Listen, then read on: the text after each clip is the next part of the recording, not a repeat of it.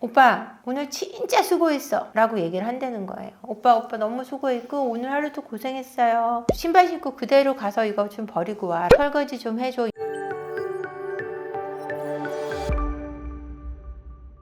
대표님, 네. 부부 상담하실 때 어떤 네. 걸 가장 먼저 체크하시나요? 저는 일단 부부들이 오면 부부들 사이의 역동을 먼저 봅니다. 왜냐면 이 부부들이 갖고 있는 이 역동에 따라서 이 부부들을 풀어가야 되는 방법이 달라지거든요. 그러니까 구조를 본다고 생각하시면 돼요. 에너지와 구조를 파악하는데요. 이 에너지를 보면 누가 우위에 있고 누가 우위에 서지 못하는가가 나오기도 하고, 보통 부부 상담에서 추적자와 위축자라는 표현을 씁니다. 위축자와 추적자가 생겨나요. 그러면은 이 쫓는 사람과 쫓기는 사이에 이 에너지를 파악을 해서 먼저 쫓기고 있는 위축자의 말을 먼저 들어보게 되어 있거든요. 그러다 보니까 부부 사이에 역동을 먼저 체크한다고 보시면 돼요. 그러니까 저희 상담에 오시는 분들은 아무래도 외도 상담이 많다 보니까 물론 성격 차이나 중독 상담도 많이 오시는데, 이게 외도하고 이어지는 루트로 많이 찾아오시기 때문에 외도자가 누구이고 가해자가 누구이고 피해자가 누구인지도 먼저 파악하게 되는 것 같아요.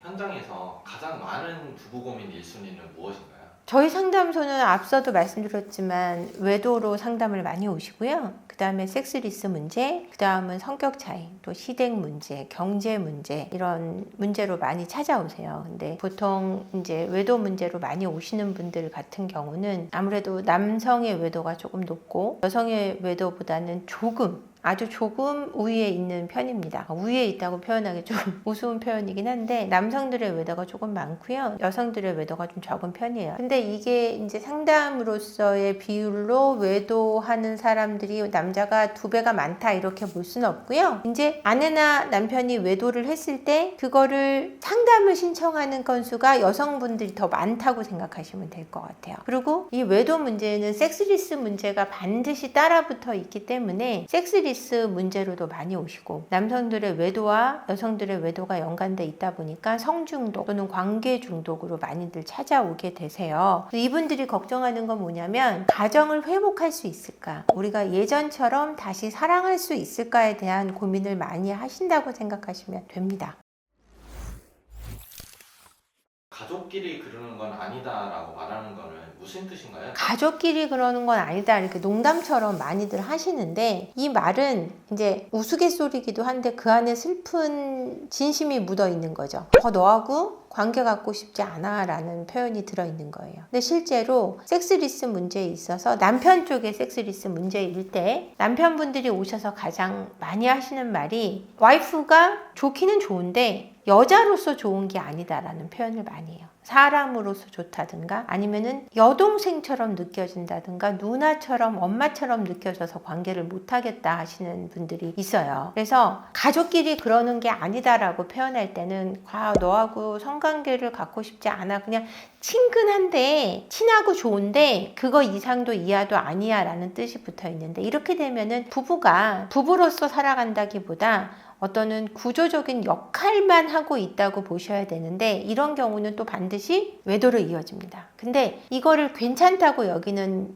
여자분들이 굉장히 많아요. 여성분들이 이래도 내 남편은 괜찮을 거야 라고 믿고 계시는 분들이 많은 것 같은데, 실제로 섹스리스가 오래된 부부들은 남편 아니면 아내가 외도를 하고 있어요. 아내 쪽보다 남편 쪽일 가능성이 높기는 한데, 둘 다 외도를 할 수도 있고요. 남성들은 기본적으로 이 욕구를 채우지 못하면 굉장히 불안해져요. 이 불안이 이 외도를 이끄는 주된 원인이기도 한데, 불안도가 높은 분들은 당연히 외도로 이어질 가능성이 높고, 섹스리스 상태에서. 근데 불안도가 낮은 분들도 이런 자기의 욕구가 잘 해소가 되지 않을 때의 불안도가 굉장히 높게 올라가기 때문에 외도로 이어질 가능성이 높다는 건 알고 계셔야 될 것 같아요. 그러니까 가족끼리 그러는 거 아니야 라고 말하고 계신 부부들이 계시다면 지금 바로 전문가를 만나시는 게 좋을 것 같습니다.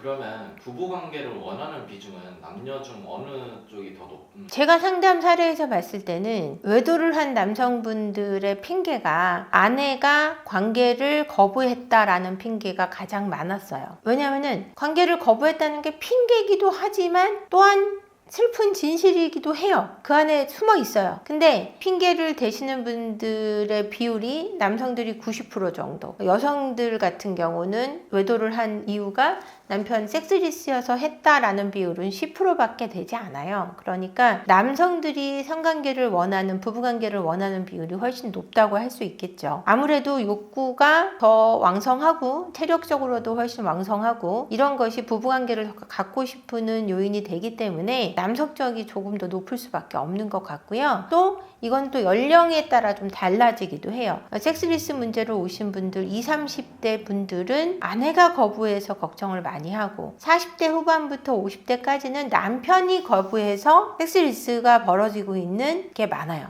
그러니까 연령대로도 좀 나눌 수 있을 것 같습니다. 그러니까 연령에 따라서 남자이기도 하고 여자이기도 한 게 부부관계를 원하는 비율일 것 같네요.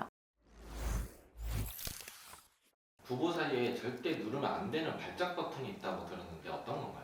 발작 버튼이라고 하면 정말 너무 화가 나서 막 트리거가 되는 것들이 있잖아요. 화가 날 때 가장 강한 트리거가 뭐냐라고 물으시는 것 같은데, 이 발작 버튼이 남자들은 자존심을 건드리는 것, 여성들의 자존심을 건드리는 거일 수 있을 것 같은데, 여성들의 자존심은 이제 외모 비하, 남자들의 자존심은 경제력 비하. 그러니까 야, 네가 벌어오는 돈으로 그 쥐꼬리만한 걸로 어린도 없어 라든지, 아니면은 너 진짜 정력 형편없어 라든지, 너하고 잠자리 하는 거 진짜 최악이야 라는 표현 같은 것들. 남성들 같은 경우는 여성들한테 하는 말들 중에 발작 버튼은 외모 비하예요. 너 진짜 뚱뚱하고 살 좀 빼 라든지, 뱃살이 그게 뭐냐, 턱이 야 3개다 3개, 이런 식의 표현들, 이런 식의 표현이 이제 굉장히 화가 나는 거거든요. 이것들이 그 당시에 확 튀어오르는 경우도 있지만 꾹꾹 쌓아뒀다가 다른 걸로 터지는 거예요. 이제 이게 막 쌓여 있다가 밥을 먹을 때 좀 시끄럽게 먹으면 짜증이 나는 거고, 그러니까 서로 조금 수용해 줄 수 있는 그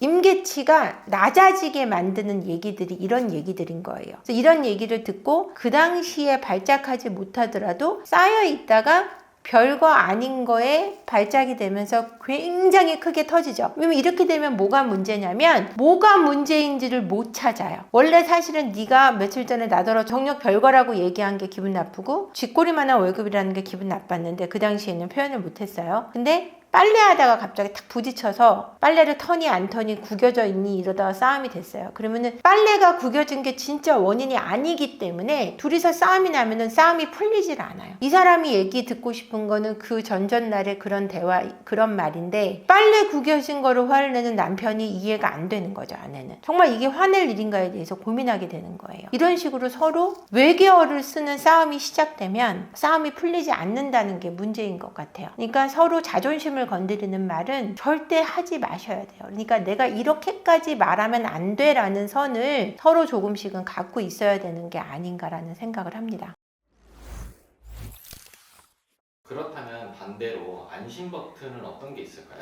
안심 버튼은 남자들이 바라는 거는 인정과 존중이에요. 공경을 받고 싶어 하죠. 여자들이 받고 싶은 건 사랑과 관심이에요. 또 그 안에 인정이라는 욕구도 들어있긴 하지만, 여자들은 사랑과 관심을 인정받음이라고 믿고 남자분들은 존중을 인정이라고 믿는 거죠. 그러니까 인정해주는 말들, 그러니까 집에서 남편이 들어왔을 때 아내들이 하는 거는 이제 음식 쓰레기를 조용히 건네줘요. 문 열고 피곤해서 들어왔는데 신발 신고 그대로 가서 이거 좀 버리고 와 라든지, 이제 분리수거 해야 돼 라든지, 이런 말들을, 아니면 아이 장난감 좀 치워줘, 애 좀 안아줘, 설거지 좀 해줘, 이런 말을 하게 되는데, 이 남자들이 술집을 왜 가냐라고 상담에서 제가 여쭤봤더니, 술집을 가면 그 여자분들이 넥타이를 풀어주고 슬리퍼를 신겨준 다음에 오빠 오늘 진짜 수고했어 라고 얘기를 한다는 거예요. 오빠 너무 수고했고 오늘 하루도 고생했어요 라고 말해줄 때 이 남자들이 모든 필요가 풀린다고 얘기해요. 근데 아내분들이 들어가면 오늘 수고했어 한마디 하는 분들도 굉장히 드물지만, 그 말을 함과 동시에 더 수고하라는 메시지를 주죠. 그러면 이러지 않으면 여자들은 어떻게 사냐 그럴 텐데, 물론 그걸 이해 못하는 건 아닙니다만 남자들의 필요도가 이런 데서 온다는 얘기를 하는 거예요. 그러니까 안심시켜주기 위해서는 남편이 나를 수고하고 있는 것에 고마워한다라는 그 표현이 굉장히 중요하다라는 거고요. 아내에게는 오늘 뭐 했어? 어떻게 지냈어? 이 한마디가 이 사람이 나한테 관심과 애정이 있구나를 느끼게 해줘요. 그러면 아내가 이제 많은 얘기를 할 수 있는 걸 펼쳐 놓을 수 있잖아요. 내가 있었던 일들을. 그것이 이 아내를 굉장히 안심시킵니다. 그러니까 그런 것들이 중요하겠죠. 예전에 화성에서 온 남자 금성에서 온 여자를 쓴 작가분이 강연을 직접적으로 하는 걸 제가 들으러 간 적이 있는데, 이분이 여성들 위주로 상담을 하시는 분이에요. 사실은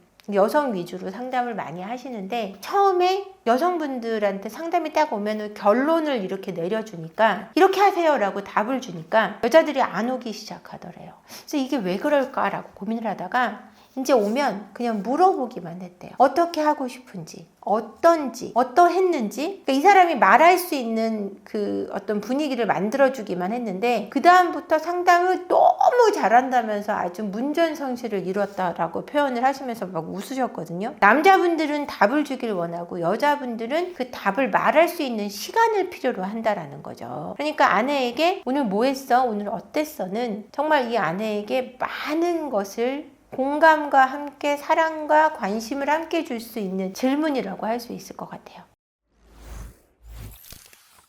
미혼이나 재혼을 고민하는 분들을 위해 좋은 배우자감의 핵심이 있나요? 미혼이나 재혼, 이제 미혼은 어떤 게 있냐면, 아무래도 미혼이신 분들은 첫 번째 성실함을 보셔야 될 것 같아요. 그러니까 제가 늘 어디 가서 얘기하지만, 남자고 여자고 너무 직장을 자주 바꾸시는 분들은 긍정성과 뭔가를 바라보는 긍정성과 그다음에 성실함을 갖추지 않았을 가능성이 높아요. 더불어서 부모하고의 관계에 있어서도 안전적인 애착이 아닐 가능성이 높아요. 관계 맺음에 굉장히 미숙하다라고 보여질 수 있거든요. 그래서 사람과 사람 사이에 정말 중요한 핵심, 인생을 살아가는 데 있어서의 핵심은 자존감인데, 안정적으로 애착을 갖지 못한 분들은 자존감이 강할 수가 없어요. 근데 자존감은 나와 동시에 더불어 타인을 존중할 수 있는 힘이거든요. 부부 사이에 가장 필요한 건 사랑이 아니라 존중과 우정이에요. 존중해주고 함께 하는데 즐거움을 느끼는 마음인데, 안정적이고 자존감이 없는 분들은 이 관계를 갖기가 어렵다라는 거죠. 그러니까 부모하고의 관계가 어떤지를 봐야 되는데, 너무 가까워도 안 되고 너무 멀어도 안 돼요. 너무 멀 경우는 불안정하고, 너무 가까울 경우는 팝하걸 마마걸 들으면서 자주적이고 독립적인 삶을 살아갈 수가 없거든요. 그러니까 미혼분들은 이런 것들을 모두 고려해야 한다면, 재혼이신 분들은 그 전에 결혼관계에 대해서 어떻게 말하는가를 좀 보셔야 돼요. 내 삶이 최악이었고 내 결혼생활이 전부 최악이었다고 표현하시는 분들은 피하시는 게 좋아요. 왜냐하면 사람의 삶이 아무리 최악이었어도 그 안에서 가졌던 긍정성이 있고 행복함을 누릴 줄 아는 어떤 루틴을 가진 사람이라면 자기의 삶을 그렇게 최악으로 평가하진 않거든요. 어떤 관계에서든. 이런 사람은 좀 피하시는 게 좋을 것 같아요. 그리고 내 자녀와 상대의 자녀를 얼마나 아껴줄 수 있는지, 정말 자신의 삶들을, 본인의 삶들을 잘 살지 말라는 뜻이 아니라 아이들을 위해서도 베푸는 마음이 있는지, 내 자녀한테도 그 상대방의 자녀한테도 그런 마음이, 따뜻함이 있는 사람인지를 보시는 게 결혼과 재혼에 성공하는 점이 아닐까라는 생각이 듭니다.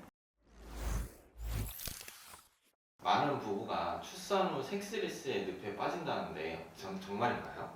출산 후에 섹스리스에 빠지는 경우가 많아요. 왜냐하면 이 섹스리스의 기준은 우선 월 1회 이하를 들 수 있는데, 이 섹스리스의 출산 후에 빠지는 이유는 남성도 그렇고 여성도 그렇고 출산을 딱 하고 나면 또 임신을 할까봐 두려워하는 경우가 많아요. 그러니까 아내들은 몸이 망가지는 게 느껴져요. 진짜 망가진다는 게 아니고 체형이 좀 변화되죠. 다시 이제 되돌릴 수 있는 방법은 얼마든지 있으니까 두려워하실 필요가 없는데도, 내 몸이 이렇게 엉덩이도 벌어지고 배도 나오고 가슴도 너무 지나치게 커지고 하는 자기의 몸, 그리고 살이 트고 이러면서 자기 몸을 보여주고 싶지 않아요. 그러니까 실제로 뭐 외적인 변화도 느껴지지만 이 내면적인 어떤 두려움도 굉장히 커지고, 여성들 같은 경우 남성들도 아이를 낳으면은 굉장히 굉장히 행복하고 기쁘기만 할 것 같지만 남성들도 어깨에 무게감을 느끼거든요. 이랬을 때 또다시 임신이 두려울 수 있고 또 아내의 출산 과정을 보고 그 출산 과정을 본 트라우마 때문에 아내와 관계를 갖게 되지 못하는 경우도 있어요. 15년 동안 아내의 출산 장면을 보고 섹스리스에 빠진 부부의 상담 사례도 저한테 있고요. 또 아내의 몸의 변화 때문에 섹스리스로 가서 외도가 발생한 사례들도 있습니다. 그래서 이런 것들을 미연에 방지하려면 아무래도 서로의 몸에 대해서 조금 이해해 줄 필요가 있을 것 같아요. 그러니까 유튜브 보면서 다른 것만 보고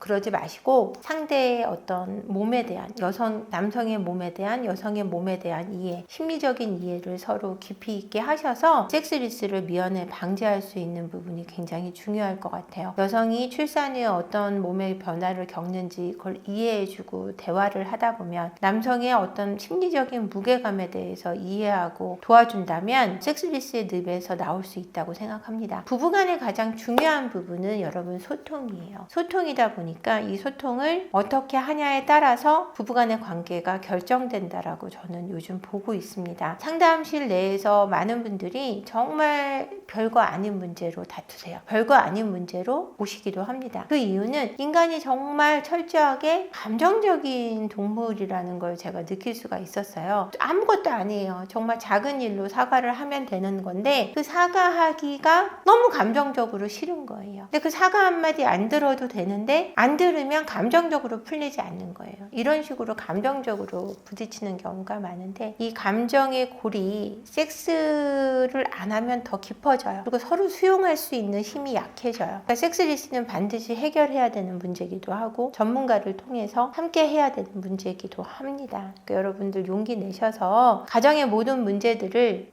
저희 세포원의 심리상담소와 상의해 주시고요. 영상 끝까지 봐주시고 구독과 좋아요 눌러주신 분들 감사드리고요. 라이브를 위해서 알람과 댓글을 좀 부탁드리도록 하겠습니다. 오늘도 감사합니다.